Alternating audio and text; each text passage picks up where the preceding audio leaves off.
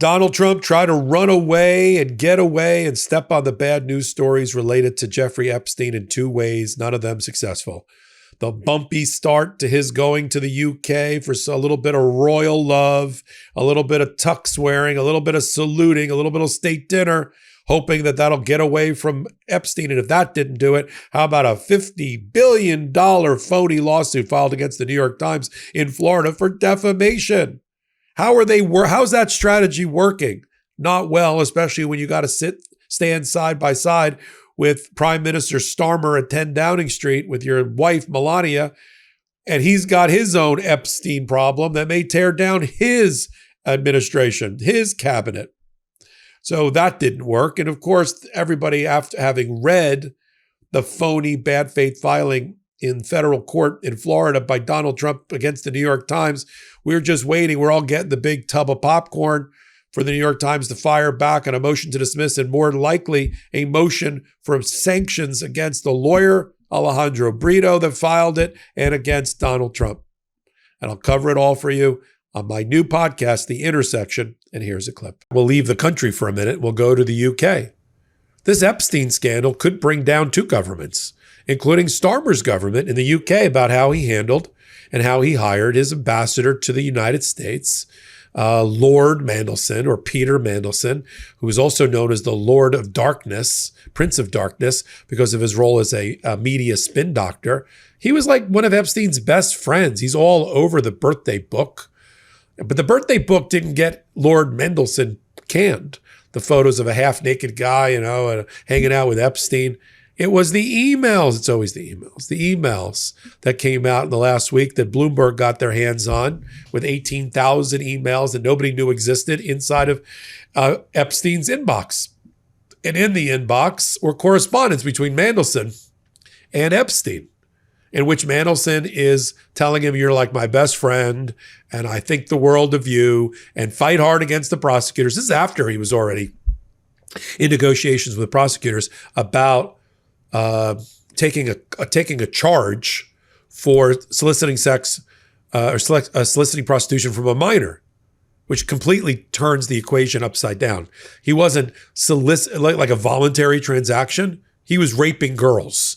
That's the pedophile. That's the child sex trafficker for which Ghislaine Maxwell was convicted because he took the coward's way out, or whatever way out, and died before the trial. It's the emails that brought down Lord Mandelson, and then it questions whether Starmer, whether he and his government properly vetted Lord Mandelson. I mean, the guy lost his job under Tony Blair twice in the prior administration, prior cabinet, but they wanted to curry favor with Donald Trump, and they knew that Donald Trump and Epstein and Trump and Mandelson were friends. So there we go. So Mandelson either lied to the government of UK during the vetting process, hoping the emails would never be found, or the right questions weren't asked. Now you kind of collide it all together because Donald Trump tomorrow is going to be meeting with the UK Prime Minister at 10 Downing Street and other places. And now you've got two guys who are drowning in the Epstein scandal coming together while Kash Patel is not done, by the way. Senate is only the first stop. He's now got to go to the House. Kash Patel is off to the House Oversight Committee, where he's going to have to face the inquisition of Jamie Raskin. Isn't that going to be fun? So whatever Donald Trump thought he was accomplishing by leaving the country on a short trip and trying to look presidential in a tuxedo and walk around and meet the king and queen, yeah, it ain't working. It's not working, But we're going to see what comes out. We'll continue to follow what's happening in the Trump UK visit and the impact of the Epstein scandal. At least the Prime Minister had the courage to fire the ambassador after he turned up in the birthday book. Donald Trump's excuse for being on page 157 of the 237-page leather-bound birthday book to Epstein wasn't me. Everybody else has admitted that is their submission. And some of them were as bad as Donald Trump's or worse, basically confessing that they knew that Epstein was chasing after young girls and women, including hand-drawn cartoons. Nobody else said, Oh, that's a forgery. I didn't do that. That's not my submission. Nobody. Except Donald Trump. Somebody forged my signature and made that, stuck it in the book. Who? Epstein? Who? In the middle of the book? Yeah. I'll do a handwriting analysis. All right, do a handwriting analysis. We've done our own analysis, as has the Washington Post and the New York Times. And it's pretty clear that it is your signature on there and words that you have used in the past. So good luck. And then they never explain. I love the White House. There's a forgery. That means there's a forger. Who's the forger? Why did they forge? Why would they just forge Donald Trump's name? Why would they shove it in the middle of the book and then have it sit around for 30 years, including in the hands of Epstein, and then with the Epstein estate to be surfaced now to embarrass Trump in 2025? This is gibberish. This doesn't even pass what we call the straight face test, because you can't keep a straight face telling that story. Speaking of stories and a straight face test, let me turn to the New York Times. I love the New York Times for many, many reasons. I don't agree with everything that's written in there. But I've been reading The Gray Lady since I was, as my late mother would have told you, since I was 8 years old. And I've been following the Ox Schulzberger family. I've read every book there is about the New York Times and its founding family, or the family that took over later, and who currently owns it. You know, they're privately owned, they're privately controlled anyway, by the Schulzberg Ox family. And now Donald Trump this has been his arch enemy for a long time. And so because he's had a bad news cycle, and as I've said, this is my doctrine, every time Donald Trump has a bad news cycle about Epstein or the economy or both, it's time to blow up human beings in the Caribbean and in the name of some sort of war power without due process, or let's file another lawsuit against the political enemy of Donald Trump. In this case, the New York Times gets sued for let me get the number right, $55 billion, which is like 5 times the amount of money that the company is worth, in Tampa, Florida, because again, he's avoiding Eileen Cannon. He's avoiding the judges he doesn't like in Miami, but he wants to keep it in Florida. And one of the most conservative areas of Florida, although I would argue Jacksonville is more, is Tampa. So hoping for the Tampa judge to help him out. But then I read it.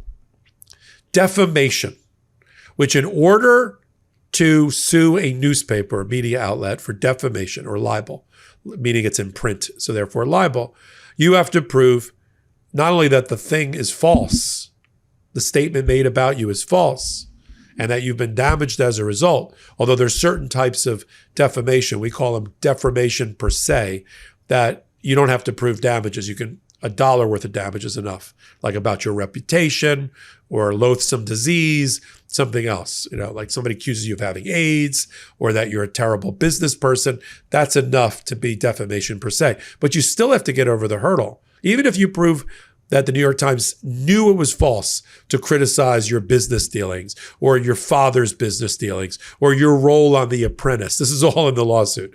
Or how you operate your projects, kind of thing.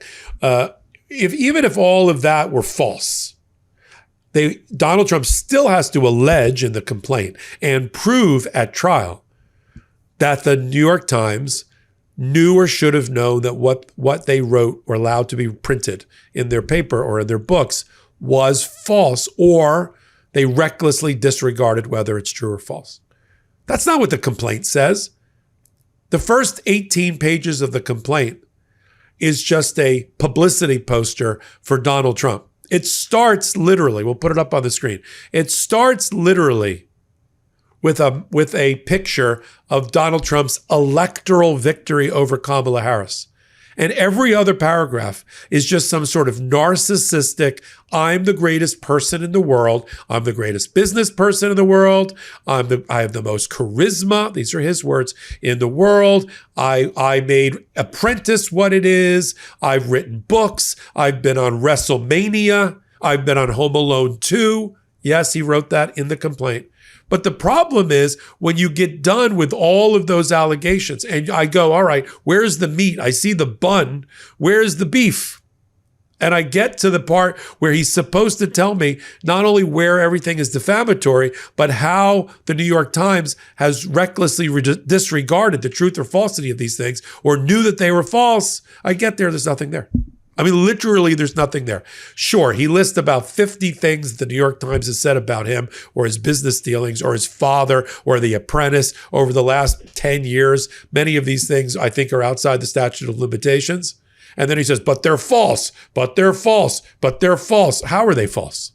Well, I am a great businessman. Well, who says that? I do. At one point, they actually reprint just Donald Trump bragging about the other defamation lawsuits that he's brought against the Washington Post against ABC and CBS and Paramount and the Washington Post. And I'm like, what does that have to do with the case against the New York Times? See, this lawsuit violates many aspects of the pleading requirements under the federal rules of civil procedure, particularly that you have to have a concise statement of facts. You can't include impertinent, immaterial allegations.